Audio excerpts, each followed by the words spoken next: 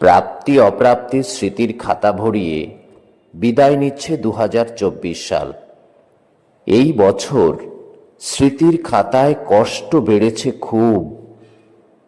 কলকাতার সেই ভীষণ জেদি তরুণীর ওভাবে চলে যাওয়া এখনো কাঁপন ধরায় সাঁঝবেলায় মাঝ রাতে।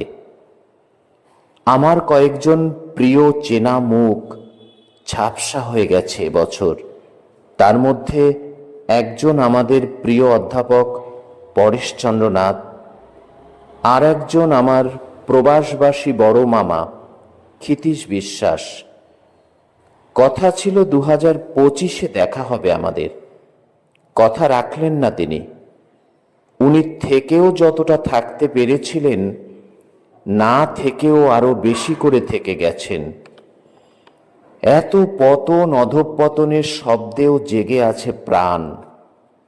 প্রাপ্তি বলতে ভালো কিছু বই, ভালো কিছু কবিতার সঞ্চয়, কিছু ভালো অভিজ্ঞতা, ভালো মানুষের সঞ্চয়, আর একটি নতুন ঠিকানার সন্ধান, বহু প্রত্যাশিত একটি বাড়ি কিনতে পারা, এইটুকুই। আগামী বছর সকলের ভালো কাটুক এই প্রত্যাশা রাখি।